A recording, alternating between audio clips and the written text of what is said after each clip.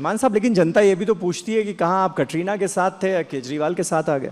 नहीं, देखो बात ये है कि प्रोफेशन, वो प्रोफेशन था, अब मैंने वो छोड़ दिया। और ये राजनीति जो है 9 से 5 वाला दफ्तर का काम नहीं है, ये तो 24 घंटे है। इसमें आप ये नहीं कर सकते। सनी देओल ने क्या किया देखो, गुरदासपुर में एक दिन भी वहाँ गया नहीं। गुरदासपुर बॉर्डर पे है, बॉर्डर के पार तो नलके उखाड़ता है, ये तो गुरदासपुर में एक भी नलका नहीं लगवाया 5 साल में। तो मतलब भाई साहब ये थोड़ी होता है कि मतलब आप एक बार जीत गए उसके बाद जाना ही नहीं है लोगों में। काम तो लोगों को जीतने के बाद ही पड़ते हैं ना कि मेरा ये काम करवा दो करा दो। तो इसलिए ये जो सेलिब्रिटी जो जितने भी हैं उनको मेरी अभी भी मेरी बहुत सलाह देनी चाहता हूँ जी। वैसे तो बिन मांगे सलाह देनी नहीं चाहिए, मैं देता हूँ कि अगर राजनीति में आना है तो पुराना सब कुछ छोड़ के आना पड़ेगा। और राजनीति में आपको आर्टिस्ट को आदत होती है तालियों की और तारीफ की, कि जितनी तारीफ होती है उतना आर्टिस्ट ऊपर जाता है कि बहुत अच्छी पिक्चर आई है, बहुत अच्छी। और इधर राजनीति में तालियों की बात भूल जाओ, गालियां मिलती हैं। जो काम आपने किया भी नहीं उसका भी पता नहीं कहां से ला के किधर से लिंक कर देंगे। अब आजकल प्रधानमंत्री यही काम करने पे लगे हुए हैं, ठीक है ना। 2 राउंड हुए, अब तो 3 हो गए जी। 3 राउंड में भाषण की टोन बदल गई भाई साहब, मोदी साहब की। पहले कहते थे अब की बार 400 पार। अब जब पता चला इलेक्शन थोड़ा बहुत एग्जिट पोल के लीक हुए तो मैं नारा दे देता हूँ, बीजेपी वाले बोल दिया करें कि अब की बार हो जाए सिर्फ बेड़ा पार, तो और कोई पार पूर नहीं है इनका। लोगों को पता चल गया कि धर्म के नाम पे हमें लड़ाते हैं और जाति के नाम पे वोट मांगते हैं, तो इस बार लोग लोकतंत्र के लिए वोट डालेंगे। नहीं, लेकिन मान साहब ये तो एक बड़ी समस्या है ना आपकी पार्टी के लिए कि अरविंद केजरीवाल इस वक्त जेल में बंद हैं। सुप्रीम कोर्ट में जो उनके मामले की सुनवाई कर रही बेंच है उसने ये कहा कि केजरीवाल चुने हुए सीएम हैं, मुख्यमंत्री हैं, ये एक असाधारण स्थिति है और हम सिर्फ चुनाव की वजह से उनके अंतरिम जमानत पर विचार कर रहे हैं। आप लोगों को उम्मीद है कि चुनाव के दौरान ही अरविंद केजरीवाल जेल से बाहर आ पाएंगे?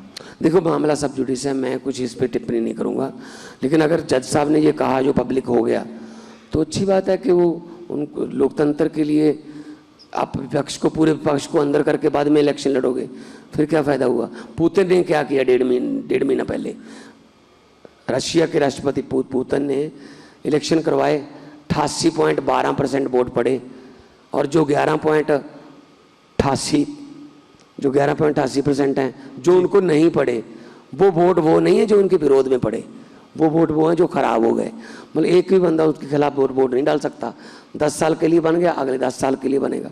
तो यही हालात हमारे हो जाएंगे, हमारे भी यही करेंगे कि राष्ट्रपति का जो चुनाव होगा और डायरेक्ट लोग राष्ट्रपति चुनेंगे और मोदी जी खुद राष्ट्रपति बनेंगे और डायरेक्ट चुनेंगे और स्टेट की पावरें, फेडरल स्ट्रक्चर सब खत्म कर देंगे। अच्छा मान साहब ये तो बताइए कि अगर मान लीजिए आप लोग उम्मीद भी कर रहे हैं और जमानत मिल जाती है, अंतरिम जमानत मिल जाती है सुप्रीम कोर्ट से, अरविंद केजरीवाल बाहर आ जाते हैं, तो क्या भगवंत मान उनसे ये दरख्वास्त करेंगे कि पंजाब आएँ, कांग्रेस के खिलाफ प्रचार करें?